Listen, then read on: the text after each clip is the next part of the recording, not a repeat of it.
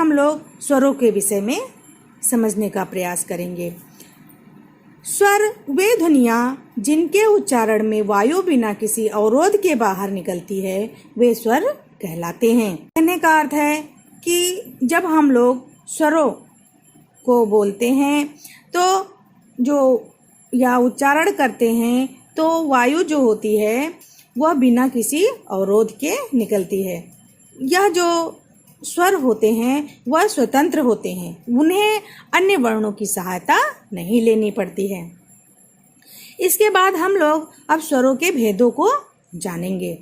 स्वरों के भेदों को भी कई आधार पर बांटा जा सकता है, जैसे उच्चारण, समय या मात्रा के आधार पर स्वरों को 3 भागों में बांटते हैं। नंबर 1 ह्रस्व स्वर, नंबर 2 दीर्घ स्वर, नंबर 3 लुप्त स्वर। जिसमें ह्रस्व स्वर क्या होता है, इन्हें मूल स्वर या एक मात्रिक स्वर भी कहते हैं। कहने का अर्थ है ह्रस्व स्वर को मूल स्वर या एक मात्रिक स्वर भी कहते हैं। इनके उच्चारण में सबसे कम समय लगता है, जैसे अ, इ, उ, ऋ। ये हमारे ह्रस्व स्वर हो गए।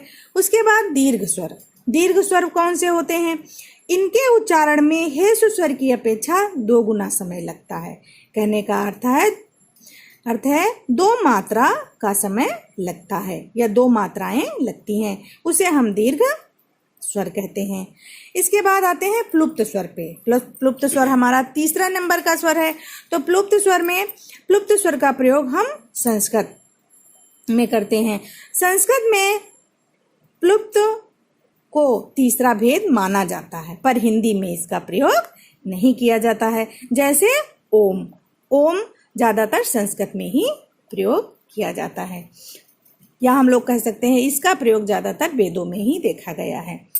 इसके बाद स्वरों को हम एक और आधार पर बांट सकते हैं, जिससे प्रयत्न के आधार पर भी स्वरों को बांटा जा सकता है। जीव के प्रयत्न के आधार पर यह 3 भेद होते हैं।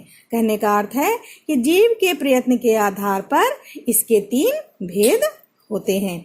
नंबर 1 अग्र स्वर, नंबर 2 पश्च स्वर, नंबर 3 मध्य स्वर। अब अग्र स्वर, पश्च स्वर और मध्य स्वर क्या होते हैं वो हम लोग समझते हैं। तो अग्र स्वर में जिन स्वरों के उच्चारण में जीभ का अगला भाग ऊपर नीचे उठता है, अग्र स्वर कहलाता है। कहने का अर्थ है कि जब हम स्वरों को उच्चारित करते हैं तो जीभ का जो अगला भाग है वो ऊपर नीचे उठता है, वह अग्र स्वर कहलाते हैं। जिसमें ई, ए, ऐ ये हमारे अग्र स्वर हुए। उसके बाद नंबर 2 पे पश्च स्वर। पश्च स्वर में वे शब्द आते हैं, या पश्च स्वर किसे कहते हैं ये समझते हैं। जिन स्वरों के उच्चारण में जीभ का पिछला भाग सामान्य स्थिति में उठता है, उसे हम पश्च स्वर कहते हैं। पश्च स्वर कौन से होते हैं, ओ, उ, ओ, औ या आ, ये हमारे पश्च स्वर हुए। इसके बाद नंबर 3 पे आते हैं मध्य स्वर। मध्य स्वर कौन से हैं या मध्य स्वर किसे कहते हैं। हिंदी में अ अर्थात छोटा स्वर केंद्रीय स्वर है। छोटा को हम केंद्रीय स्वर कहते हैं। इसके उच्चारण में जीभ का मध्य भाग थोड़ा सा ऊपर उठता है, यह हमारा मध्य स्वर कहलाता है। कहने का अर्थ है जिसके उच्चारण में जीभ का मध्य भाग थोड़ा सा ऊपर उठे वह मध्य स्वर कहलाता है। जैसे आ, ये आ जो है हमारा मध्य स्वर है।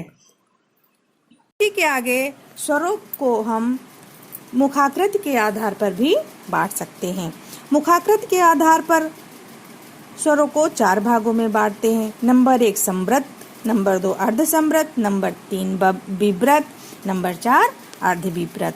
तो नंबर 1 में समृत। तो समृत क्या है, वे स्वर जिनके उच्चारण में मुख बहुत कम खुलता है वे समृत स्वर कहलाते हैं। तो ई, उ, ये हमारे समृत स्वर हैं। इसके बाद नंबर 2 अर्धसमृत। अर्धसमृत वे स्वर जिनके उच्चारण में मुख समृत की अपेक्षा कुछ अधिक खुलता है। कहने का अर्थ है कि ऐसे जो स्वर होते हैं जिनको बोलने में मुख जो है समृद्ध की अपेक्षा कुछ अधिक खुले, वे अर्धसमृद्ध कहलाते हैं। जैसे ए, ओ, ये हमारे अर्धसमृद्ध स्वर हैं। उसके बाद नंबर 3 पे आते हैं विव्रत स्वर। तो विव्रत स्वर, इन स्वरों के उच्चारण में मुख पूरा खुलता है, इन्हें विव्रत स्वर कहते हैं। तो विव्रत स्वर किसे कहते हैं कि जिन स्वरों के उच्चारण में मुख पूरा खुले, उसको हम विव्रत स्वर कहते हैं। जिसमें जैसे आ हमारा विव्रत स्वर है।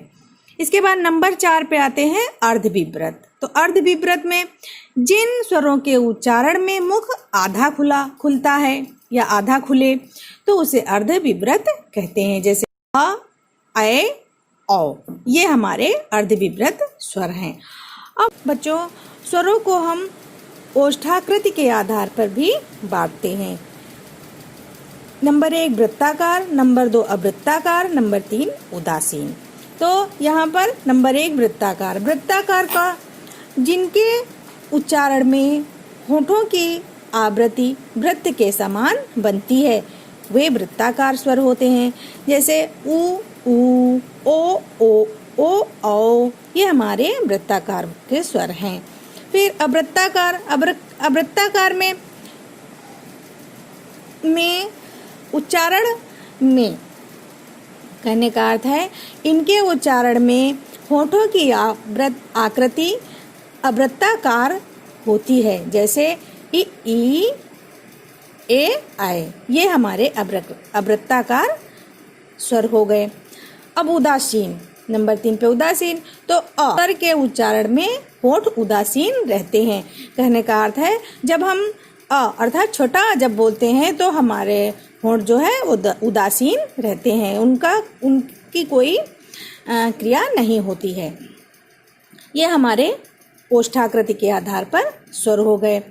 उसके बाद आ जो होता है, आ जो स्वर है वो अंग्रेजी से हिंदी में आया है। बच्चों, ये हमारे स्वरों के भेद हुए, जिनको आप लोगों को अच्छे से ध्यान से पढ़ना है।